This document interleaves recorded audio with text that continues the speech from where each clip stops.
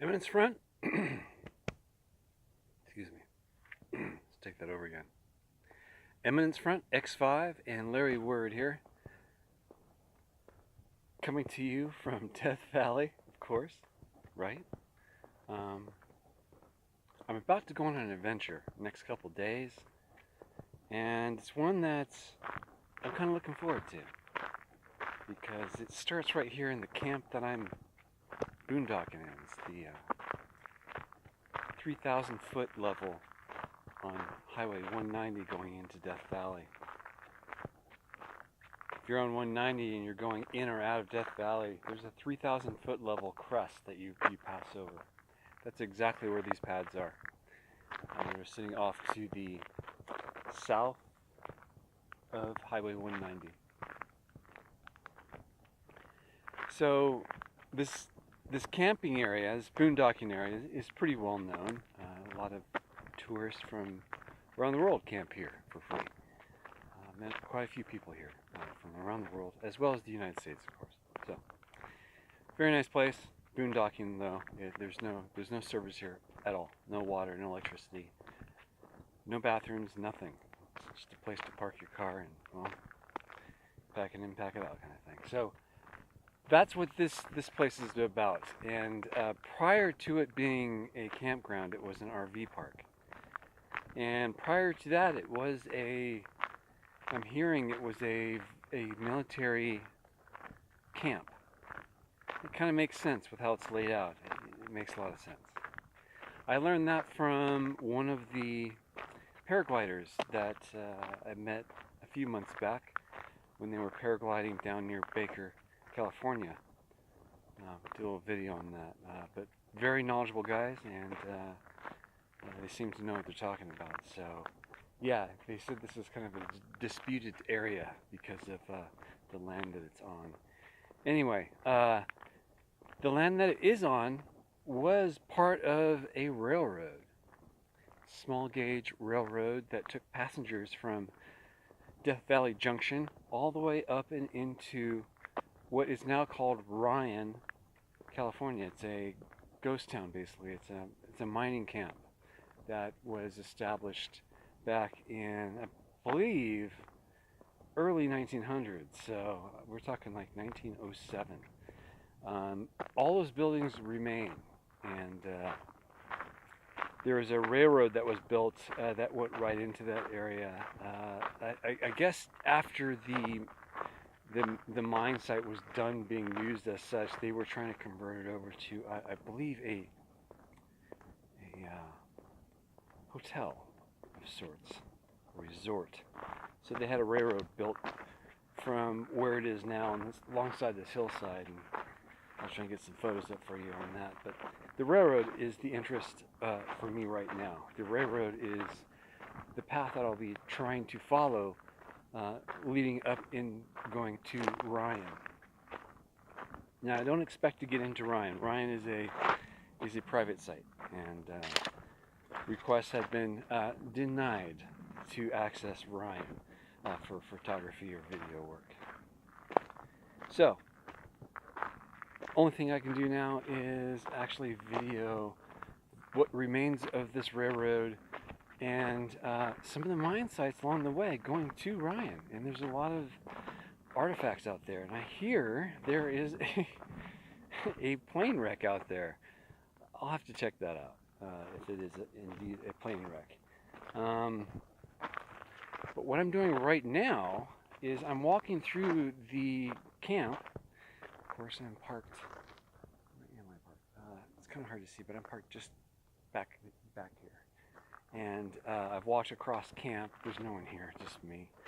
And I'm reaching the starting point of this adventure and hike. Now, my friend Paul, who you guys probably don't know, but Paul is coming out from LA. He's a friend of mine that I met over in Ballarat at Wonder Hussey's Freedom Days, and we're going to be hiking down this guy. This is the railroad remains, the trestle basically that runs all the way down and around, way down past these little volcanoes down there, and back it whips back around again. And on the other side of these hills is Ryan, and that's the path we're going to be taking. This is not a very straight railroad from here on out. It kind of hugs the highway of 190, then it dives back into the hills.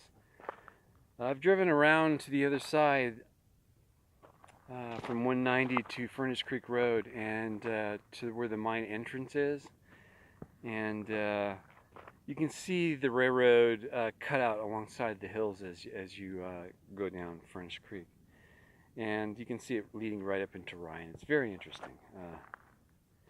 How they did that way back then is just, it blows my mind. But yeah, it's going to be an interesting hike. I'm just out here now, just trying to get, give you guys a good sense of where this is at. It's been in my backyard basically this whole time, and only now have I built up this momentum to actually go down this thing. I've tried accessing Ryan many different ways, and there just really isn't any. It's pretty well protected by the hills that it's on. It looks like landslide material above the town as well, so you can't really access it from the top of the hill down. It's really interesting. It's really trapped. So that's the little preface of what's going on in the next couple days.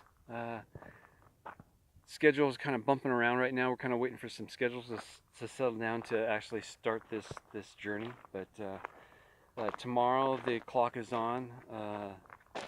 As far as getting out there, it's going to be a hot one, so we're trying to make a long portion of this early morning before the sun comes up, and try to hit more into the hills higher up, hotter later in the day. It looks like it's a one-day hike. It's 5 miles there, 5 miles back, 10 miles round trip, of course, and it's pretty flat. We'll see. It should be pretty easy walking. Right now I'm walking on the trestle now, and it's great. It's awesome. Very easy to hike on. So I'm not concerned about that. I'm more concerned about the heat and how we're going to cope with that. So wish us some luck, and you guys are coming along because of course there's going to be videotaping the whole way across. And maybe back. I don't know. We're probably going to try and take a different way back if I could get my way. If we have the opportunity to skip over Ryan, which we'll have to do, it's private property. There's mines clear on the other side, south of Ryan, which I'd love to access. I've driven down Furnace Creek, like I said, and you can see like 3 or 4 levels where you can see mine carts were being used alongside the hillsides. The cutouts, you can totally see them. So yeah, I'm dying to get out there and try that. I'm now making my way off the trestle back to the campsite. I was in the middle of trying to prep for dinner, and I was briefly interrupted by this beautiful sunset. There's been some spectacular sunsets and sunrises lately. Kind of hard to take a picture of one, but I'll try my best. There it is in the background, folks. Yeah, here's one of those pads. It's just a concrete pad, basically, that you just drive up on. Camp out for the night. It's kind of nice to be on level ground.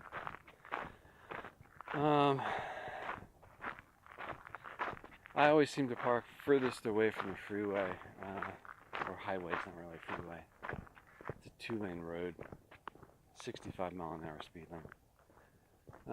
But I try to stay away from it. Lowers that noise, that road noise. And even at that, you don't get much of it.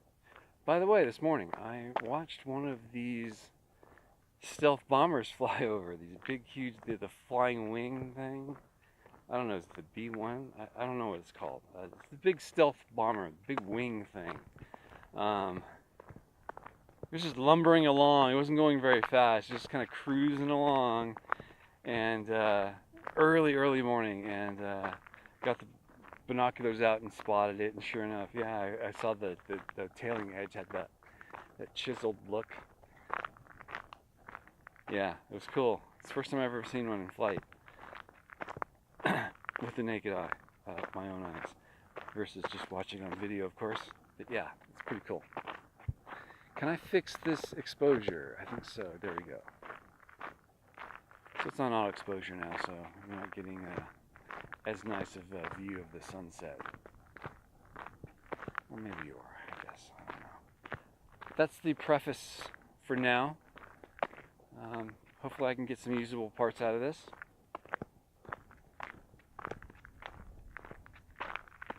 Paul, my friend's coming up from LA. He's not LA, excuse me, Southern California, and which is LA, I guess, but he's even southern from that. So yeah, he's coming out. He'll be along with this video, and you might see or hear him here and there. He doesn't have a YouTube channel or anything like that. He's just a friend that likes to hike and explore as well. And he kind of learned about this Ryan thing through me and what I was doing out here, and kind of roped him into it. So we're going to do it tomorrow and see if we can get as close to Ryan as possible without actually going into Ryan. Beautiful sunset. That's it for now. Eminence Front X5 and Larry Ward here, signing off for now.